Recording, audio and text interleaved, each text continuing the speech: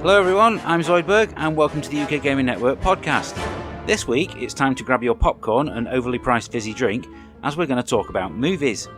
Out this week is Groundhog Day, Like Father Like Son on PlayStation 4, an interactive VR experience based on the 1993 comedy classic.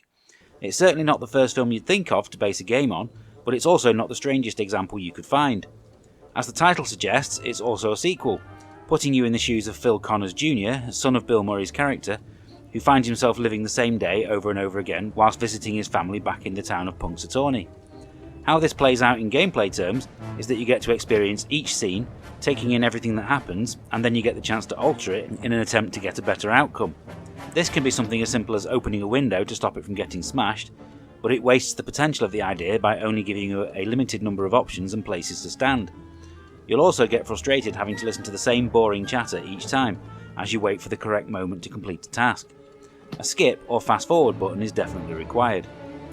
Whereas the film is great family entertainment, for some reason the makers of the game have decided that the characters should swear, and this is incredibly jarring for what is supposed to be an innocent fable about someone discovering the meaning of life.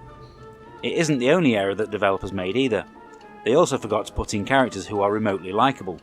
Even those you recognise from the film have none of the personality you remember. In fact, the whole thing has none of the charm or fun of the original. The fact that it comes from Tequila Works, a developer who should know better having made The Invisible Hours, just makes it even worse. This isn't the first time a classic film has been turned into a gaming dud, of course, but we don't want to dwell on the negatives. Instead, we'll flip it and list the best games that were made out of terrible films. Obviously this list is based entirely on our opinions, and we'll probably miss something that you thought was a shoo-in. For now, here's our top 5 great games based on bad films. Number 5. Cobra. Designed and programmed by the late great Jonathan Smith, Cobra was one of the best Spectrum games to come out of Ocean Software. The film upon which it is based was a truly forgettable slice of 80s action starring Sylvester Stallone, more well known for its body count than its plot. For the game, you get 3 levels, each based on a location from the film, where you must fight off gang members as they approach you from either side. Rather than using your fists, headbutting is the only attack move you have, but there are weapons that you can collect as well. It's a pure arcade game, and an extremely addictive one. Even though there's only a small number of levels, finishing it is immensely challenging, and although you'll find it frustrating, you'll still keep coming back for another go. The film is over in less than 90 minutes. The game's still fun more than 30 years later. Number 4. The Lawnmower Man. The Lawnmower Man bears about as much similarity to the movie it's based on as the movie itself bears to its source material. That's the reason Stephen King asked for his name to be removed from it, not just because it was terrible. The game came from English developer The Sales Curve, more well known for Swiv and the excellent Amiga version of Rodland, and it's essentially 2 games in one, and the first game that let you play as Pierce Brosnan. Most of the time it's a surprisingly entertaining side-scrolling shooter, where you run and jump your way through the stages, but between levels you would enter the VR space and have to weave your way past obstacles in first person. The graphics in these sections haven't aged anywhere near as badly as the ones in the film, and it's still enjoyable to play today. Number 3. Van Helsing. Some have accused the Van Helsing movie of being a bit like a computer game, with its dodgy special effects, dodgy script, and even dodgier plot. But fortunately, someone at Sapphire Inc. knew exactly what to do with it.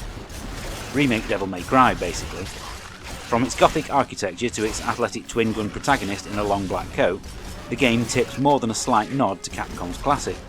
And if it's not as good as its inspiration, it at least knows what made them good. The combination of melee combat and firearms once again makes for a fighting system that rewards you for experimenting, and you can rack up some pretty satisfying combos.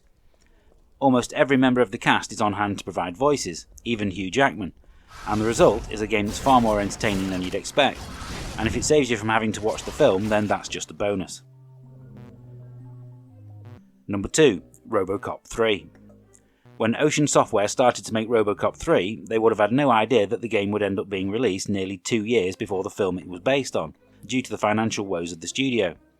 Development was handled by Digital Image Design, known more for flight simulators like F-29 Retaliator, and it featured what were, at the time, some of the smoothest 3D graphics we'd ever seen.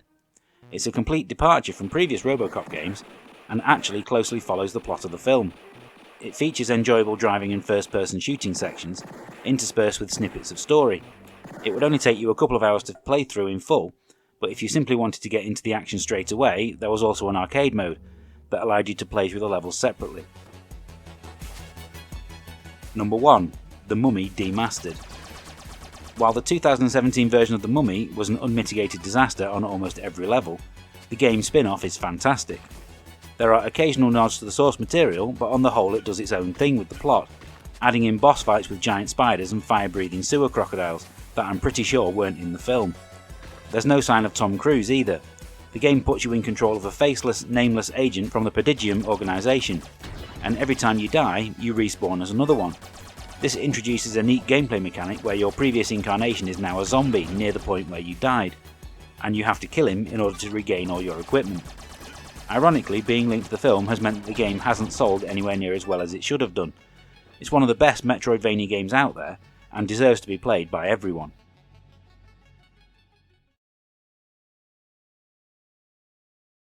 Now it's time for this week's reviews. French developer Spiders are clearly fans of BioWare games. Their last game, The Technomancer, was heavily inspired by Mass Effect, whereas Greedfall, which came out last week, is definitely going to appeal to fans of Dragon Age Origins. It's an epic action RPG set on a large island full of small towns and communities that all feel like they would go on existing even if you weren't there. Once you're past the title screen, which took nearly 4 hours, you'll begin to explore, interact with the people, and embark on quests. Combat seemingly exists purely to give you something to do between locations, as the game is more focused on the political divides between each faction you encounter. Making sure your character has plenty of charisma proves more useful than their ability to wield a weapon. It lacks the polish that you'd get from a larger development team, but that's all part of the game's charm, and with such interesting characters and stories, you'll forgive the game for a lot of its flaws. EA Sports may spend more time talking about Madden or FIFA, but for years it's been the NHL franchise that's been quietly the best game they release every year. NHL 20 is no different, featuring a fantastic, smooth, playable interpretation of ice hockey that's fun to play whether you're a casual or hardcore fan. In addition to the usual single match and season modes, there's a wealth of extra ways to play. NHL 3s is back, offering a more arcade-style way to play, with just 3 players to a team and a relaxed set of rules, and it's just as much fun as it was last year. New features included 1v1v1 mode called Wands Now, where solo players battle on half a rink with just a single goal and a keeper, and while it's great for a quick game, you won't be playing it for long periods. And of course there's NHL's equivalent of Ultimate Team, if you're into that kind of thing, but playing sports games online has never been as much fun as local play. If you want an example of why yearly updates are not always a good idea, look no further than WRC 8. It's been 2 years since the last rally game from Killerton Racing Studios, and the extra development time has seen a significant increase in the game's quality. The visuals are better, the handling is better, and the controls are better. Previous games in the series have all felt a little lightweight, like they couldn't decide who the game was aimed at, but this is very much towards the simulation end of the scale. It's hugely satisfying to slide around the hairpin turns and successfully navigate the tight stages unscathed. It's out of the car that the game suffers the most, with the expected race options and a fairly standard career mode, but that's due to the restrictions of being an officially licensed product more than anything. Dirt Rally 2.0 is still the better game overall, but this runs it a very close second.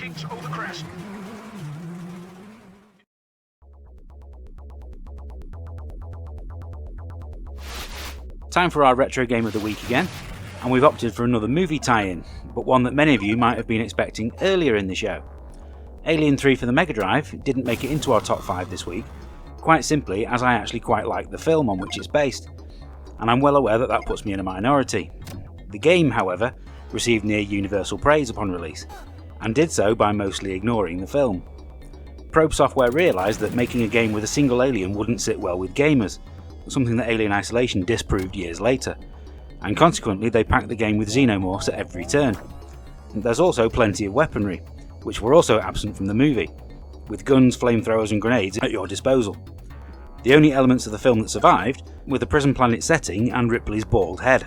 The Alien 3 games for Nintendo consoles were not the same game, and also not as good, as they didn't create the same atmosphere as the Sega version. And that brings this week's podcast to an end. What movie games did you enjoy playing back in the day, despite hating the film? Let us know in the comments. Why not follow us on Facebook, Instagram or Twitter at UKGN Network? Give us a like and subscribe for more great gaming videos just like this one. and ring the notification bell to make sure you don't miss next week's show, where we'll be taking a look at The Legend of Zelda Link's Awakening for the Switch, and be asking the question, what makes for a good remake? Until then, thanks for tuning in, bye for now.